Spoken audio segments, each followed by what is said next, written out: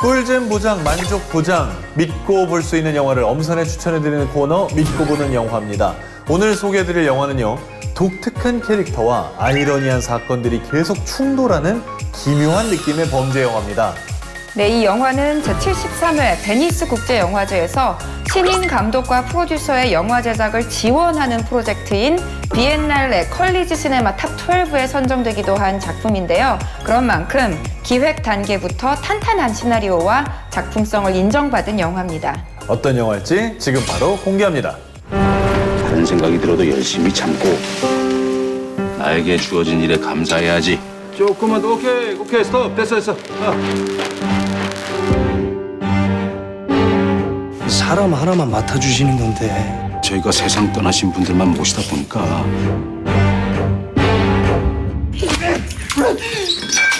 아니 앵겨? 맡아달라고 하는 사람이? 유괴범이 뭔데?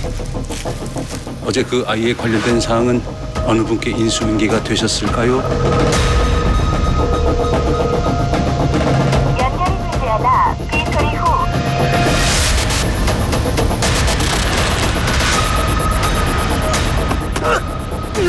거기 누구 있니?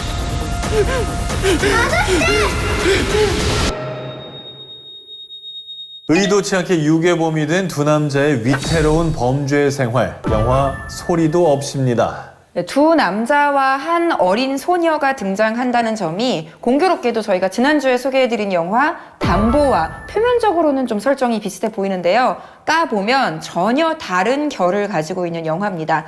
영화 담보에서는 이제 꾸어준 빚을 돌려받기 위해서 한 소녀를 담보로 데려다가 아주 잘 먹이고 키우고 자라게끔 이렇게 도와주는 그런 내용이었다면 이번 영화 소리도 없이에서는 원치 않았지만 유괴된 아이를 잠시 맡게 되면서 그로 인해서 예상치 못했던 범죄에도 휘말리게 되는 그런 내용입니다. 이들이 어떻게 범죄에 휘말리게 되는지 영화의 줄거리 만나보시죠. 감사합니다. 들어가세요. 트럭에서 달걀을 파는 평범한 소시민처럼 보이는 태인과 창복. 이들에게는 계란 장사 외에도 가끔씩 의뢰가 들어오면 하는 또 하나의 부업이 있는데요. 올리고 있는 힘껏 줄을 묶고 바닥에 비닐을 까는 이들의 모습은 그저 근면성실한 노동자 같지만 범죄 조직의 하청을 받아 끔찍한 범죄 현장의 전후 환경을 처리해주는 일을 하고 있습니다. 그러던 어느 날 단골이었던 범죄 조직의 실장 용석에게 사람을 하루 맡아달라는 의뢰를 받는데요. 이번엔 사람 하나 받아다 며칠 좀 데리고 계시죠? 그건 좀 그러네요. 이젠 저희가 세상 떠나신 분들만 모시다 보니까 산 사람은 맞지 않는다는 나름의 직업 마지노선을 이야기해보지만 어쩔 수 없는 상황 속 일을 떠맡게 된 창복과 태인. 내가 늘 거래를 하는 분이라 믿고 부탁을 드리는 거고 실장님이 하루 이틀만 데리고 있으면 된다고 하셨으니까 한번 집중해보자. 응? 그리고 부탁받은 사람을 데리러 간 그곳에는 토끼 가면을 쓴 한 아이가 있었습니다. 아니 앵겨? 맡아달라고 하는 사람이? 애 몸값을 받아야 하는 상황인데 애 아빠가 어떻게든 그걸 자꾸 깎는 모양이야. 그래서 오늘 일단 하루만 네 집에서 제의를 맡을 거다.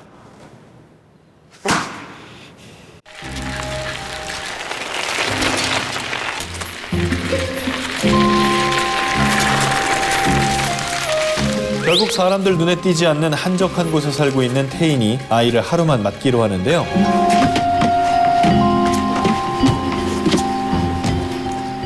하지만 유괴한 아이를 맡아달라고 한 실장이 범죄 조직을 배신한 게 들통나 죽음을 당하고 실장님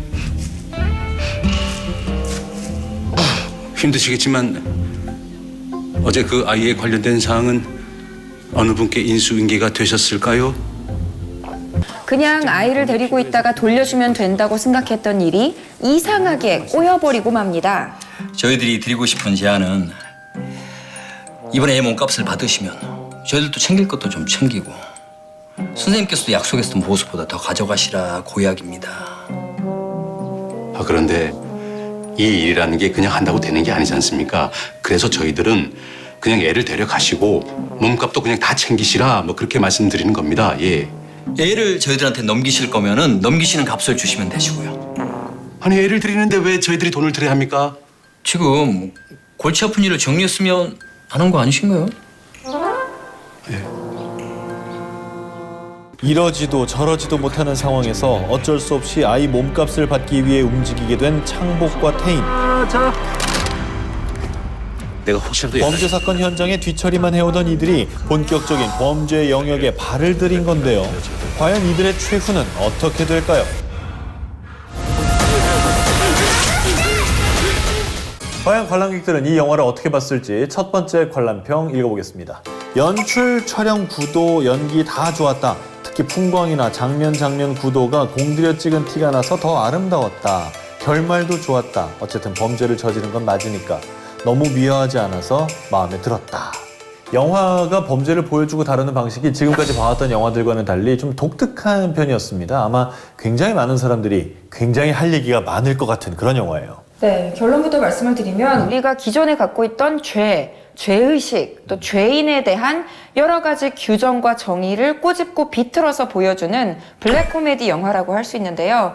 초반에 배경으로 나오는 문구들을 보면 뭐 성실한 땀방울, 내일의 미소라든가 뭐 여러 가지 근면성실한 그냥 평범한 소시민 같은 그런 문구들이 나와요. 그래서 우리도 주인공에게 감정이입을 하면서 굉장히 무덤덤하게 그들이 하는 일을 지켜보게 되지만 사실 그들은 범죄 현장을 세팅하고 청소하는 어둠 속의 일을 합니다. 하지만 무표정으로 또 굉장히 숭고한 어떤 도덕 정신도 가지고 일을 묵묵히 처리를 하는데 사실 알고 보면 범죄 은닉이라든가 사체 유기라든가 끔찍한 범죄이고 이들은 엄연히 범죄의 가담자라고 할 수 있죠. 그런데 뭐 사체를 유기하면서도 마치 고인에 대한 예의를 갖추면서 일하는 것처럼 이분 잘못 누웠다. 머리는 북쪽으로 해드려야지. 뭐 이런 직업윤리가 마치 있는 것처럼 그렇게 행동하고 아유 미안해라. 아유. 지금까지 지은 죄 이렇게 다 갚고 가시는 걸로 생각하세요. 네. 죄책감 없이 자신들 스스로를 선하고 성실한 사람들이다 라고 생각하는 모습이 이 영화를 보는 관객들로 하여금 굉장히 아이러니한 감정을 느끼게 합니다. 네, 또 창복은 계속 기도 테이프를 열심히 들으라고 야, 넌 내가 듣는 그 기도 테이프 열심히 듣고 있냐? 이런 말도 하잖아요. 굉장히 신실한 사람인 게 나타나는데 하지만 잊지 말아야 할 점이 이들이 비록 직접적이고 주도적으로 범죄를 저지르는 사람은 아니라 할지라도 수주를 받아서 의뢰를 받아서 범죄 활동에 가담을 하는 범죄자는 맞습니다. 그런데 우리는 보는 사람 입장에서 나도 모르게 그들의 편에 서게 되고 죄의식 없이 지켜보게 되지만 저들도 먹고 살려면 어쩔 수 없잖아? 라는 생각이 들 때쯤 마지막에 관객들의 머리를 띵 하고 때려줍니다. 범죄 조직의 뒤처리를 담당하는 청소부라는 소재를 다루고 있지만 이 영화는 피 튀기고 선혈이 낭자한 장면은 거의 없습니다. 심지어 땅에 떨어진 피 한 방울에 초이가 꽃그림을 그려넣기도 하죠. 그리고 영화 내내 시골길, 하늘 이런 아름다운 풍경이 동화 같은 색감으로 펼쳐지는데요. 이런 미장센이 영화가 말하고자 하는 아이러니를 좀 더 부각시켜주는 것 같습니다. 어떤 면에서는 좀 심각하고 좀 폭력적일 수도 있는 사건들을 아주 독특하게도 밝은 색감으로 다뤄내고 있다는 점이 이 영화의 상당한 특별함인 것 같아요. 우리가 어디선가 봤을 것 같은 시골의 느낌을 살리는 거를 가장 집중적으로 했고요. 이 영화의 톤이 아주 특이하다고 생각은 하지 않는데 그런 무거운 소재를 다루는 영화들이 사용하지 않는 일상적인 톤이라서 아마 그게 더 좀 눈에 띌 수도 있다는 생각은 들었어요. 자, 이어서 다음 관람평 보겠습니다. 유아인 대사가 하나도 없는데 너무 연기를 잘하니 무슨 이야기를 하는지 들리는 것 같아요. 기묘, 독특, 신선 이런 영화가 자주 나왔으면 좋겠습니다. 자, 이번은 유아인 씨에 대한 극찬인데요. 그 연기 잘하는 유아인 씨가 영화 처음부터 끝까지 진짜 대사 한마디가 없습니다. 네, 정말 어이가 없네. 어이가 없네. 애가 실현된 거죠. 어이를 잃어버리셔서. 그 목소리도 좋은 분이. 네, 말씀을 못하게 돼요. 그래서 제목이 그래서 소리도 없이구나라는 걸 알게 되는데 중요한 건 이 댓글에 저도 공감을 하는 게 말씀을 안 하시는데도 불구하고 저희는 많은 이야기를 들은 것 같아요. 그만큼 눈빛이나 표정이 살아있기 때문에 느낌이 다 전달이 되거든요. 이런 섬세한 눈빛, 표정, 세밀한 몸짓으로 연기를 보여줄 수 있는 사람이 정말 많지 않겠다 싶어요. 그렇죠. 이 유아인이 연기한 태인 캐릭터가 말을 못하는 캐릭터인지 말을 안 하는 캐릭터인지 사실 그것도 좀 명확하지가 않아서 이게 의견이 분분합니다. 또 마치 그 혹성 탈출에서 네. 마지막에 시저가 NO라고 얘기하잖아요. 네. 그것처럼 유아인 씨가 마지막에 한마디 뭐 안 돼! 이런 말을 하지 않을까 했는데 끝까지 네. 말씀은 안 하시더라고요. 야, 그러고 보니까 원숭이보다 말을 안 했네요. 네, 그래서 정말 꼭 좀 할 말이 있는데 꼭 참고 안 하는 건지 아니면 어떤 장애가 있어서 말씀을 못 하시는 건지 보는 사람으로 하여금 좀 헷갈리는 연출이었는데요. 이 영화를 연출한 홍희정 감독이 인터뷰를 통해서 이에 대한 뒷이야기를 밝혔습니다. 태희는 말을 못하는 사람이 아니고 안 하는 사람이라고 밝혔는데요. 결국 말을 안 하는 걸로 설정을 한 이유는 첫 번째로 말을 아무리 해도 세상이 들어주지 않으면 뭐 말을 못해서 안 하든 안 하고 싶어서 안 하든 똑같잖아요. 그 효과는. 그래서 아무도 이야기를 들어주지 않는 어떤 소외된 인물이라는 그런 캐릭터를 부각시키고자 함이 있었다고 하고요. 두 번째는 자신의 배경을 어떤 신체적인 한계 때문에 선택하지 못한다는 그 설정도 중요했다고 합니다. 선택권이 없는 거예요. 말을 못하니까. 직업적으로도 당연히 선택에 제약이 있을 거고요. 그래서 태인이 말을 못하고 창복은 또 한쪽 다리를 저는 설정을 갖고 있죠. 말이 없고 소리가 없죠. 혜인이가 말을 안 하는 건지 못하는 건지 명확하게 드러나지는 않지만 못하는 것보다는 아마 스스로 표현하기를 거부한 혹은 그 방법조차 잃어버린 그런 인물일 수도 있지 않을까. 창복의 경우는 다리가 불편한 캐릭터이기 때문에 사회가 정한 기준의 가치가 충족되지 않는 사람들에 대한 이야기를 하고 싶었어요. 너가 나랑 좀 잘 맞는 것 같아. 초이 역을 연기한 문승아 배우. 정말 이분은 이 영화 보고서는 이 초이 얘기 안 하는 사람이 없습니다. 요즘 정말 아역의 발견이죠. 대단해. 매번 영화를 볼 때마다. 한국 영화의 미래가 아주 밝습니다. 맞아요. 담보에서도 그랬었는데 영화 속에서 초희는 굉장히 영리한 아이예요. 그래서 정말 내가 나중에 아이를 낳아서 이 친구처럼 똑똑하면 얼마나 좋을까라는 생각이 들 정도로 탐이 날 정도로 똑똑한 아이인데요. 이렇게 납치를 당했을 때, 유괴를 당했을 때 저항하고 소리 지르고 하면 어떤 해코지를 당할지 모르니까 머리를 굴려서 꾀를 부려서 일부러 유괴범들 앞에서는 포기하고 순응하고 따라가는 모습을 보입니다. 굉장한 적응력을 보여주고 마치 진짜 자포자기한 듯 보이지만 사실은 호시탐탐 자신이 도망갈 수 있는 기회를 계속 노리고 있고요. 또 기회가 올 때마다 놓치지 않는 당찬 모습을 보여주고 있습니다. 할머니, 저 좀 살려주세요. 그렇죠. 이 초이가 매 장면마다 예상을 뒤엎고 어떤 행동을 하는지가 영화를 긴장감 있게 보게 만들어준 이 관람 포인트였던 것 같아요. 네, 그리고 또 한 명의 아이가 등장을 하죠. 배고파. 바로 태인의 집에 있던 그 태인의 여동생인데요. 당연히 처음에는 그 소녀도 유괴가 된 아이인 줄 알았지만 넌 어디서 왔어? 언니 아빠 내일 오면 언니랑 꼭 같이 가자. 오빠요? 오빠? 알고 보니 친동생이라는 걸 알게 되자 일부러 더 잘 지내면서 삶의 방식을 재빠르게 터득해 나갑니다. 과연 이 어린 친구가 이 캐릭터를 100% 이해를 하고 연기를 했을까? 다 이해를 했다면 정말 대단한 실력인데 저희가 봤을 때는, 제가 봤을 때는 유아인 씨와 유재명 씨 사이에서 뒤지지 않는 연기를 보여준 것 같고요.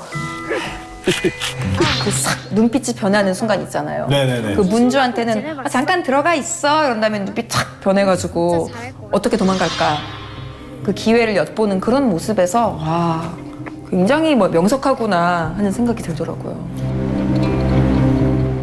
끝으로 소개해드릴 평은 창복 역을 맡은 유재명 배우의 시나리오를 읽고 나서 느낀 점을 한 인터뷰에서 밝힌 감상평입니다. 이 유재명 배우가 직접 밝힌 거니까 한번 들어보시죠.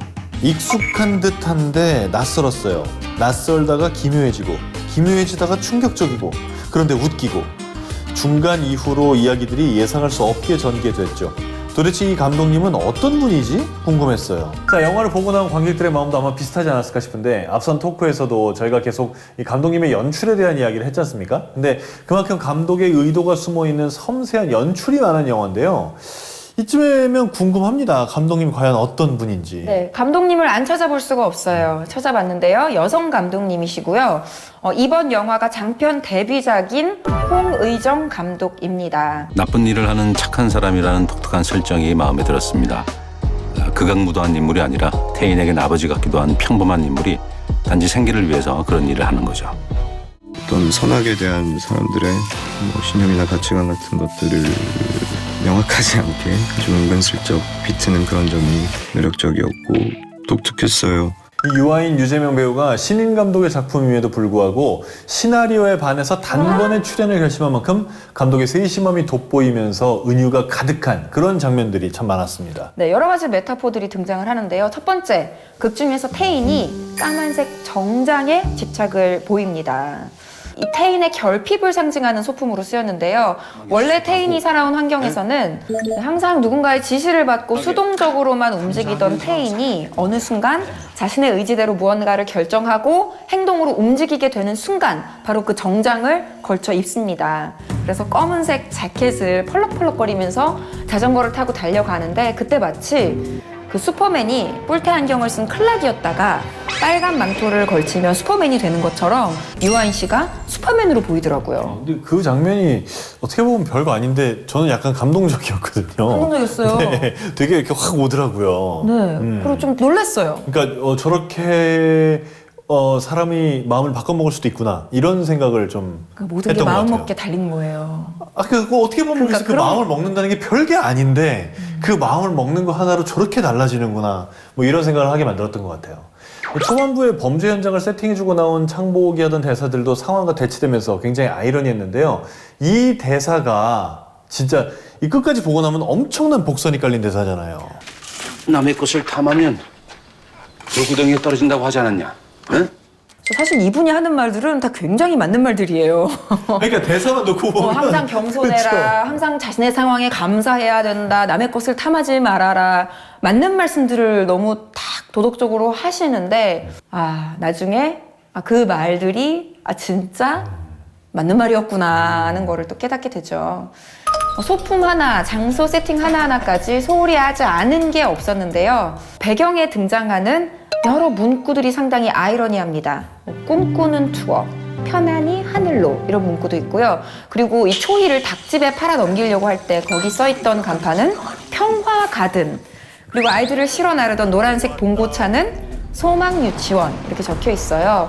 그래서 전반적으로 이런 아이러니함들을 적재적소에 배치를 해서 더욱더 부각시키려고 했구나 하는 디테일한 연출을 엿볼 수 있었습니다. 끔찍한 소재를 다루는 것과 그거를 바라보는 세상의 태도의 균형을 찾기 위해서 가벼운 톤을 집중을 해서 고민을 했는데 초이가 가장 처음 발견되는 그 장소는 제가 배경을 핑크색으로 결정을 했는데요.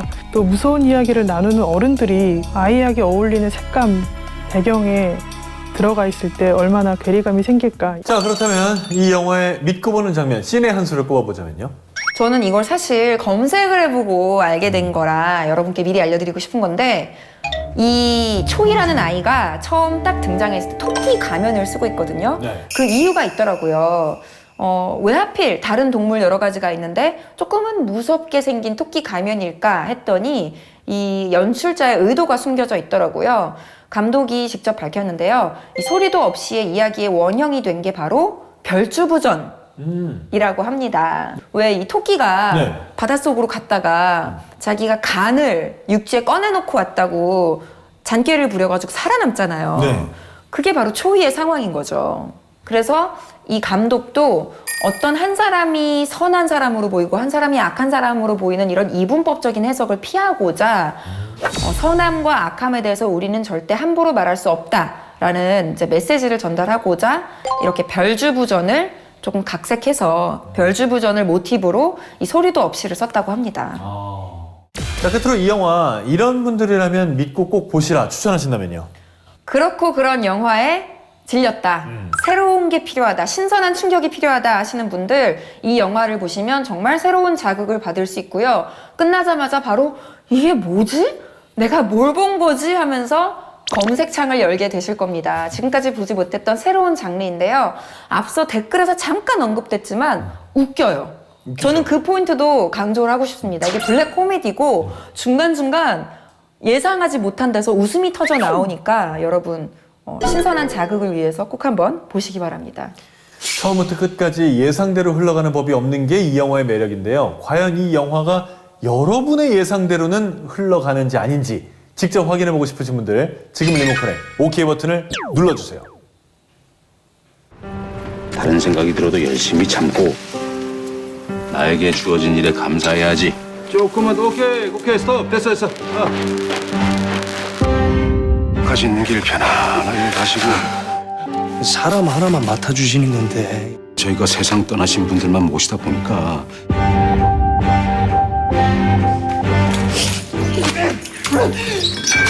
아니 앵겨? 맡아달라고 한 사람이? 유괴범이 뭔데?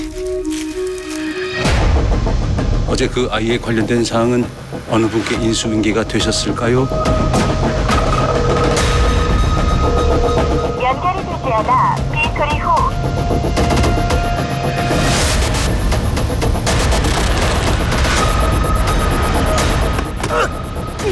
거기 누구 있니? 아저씨!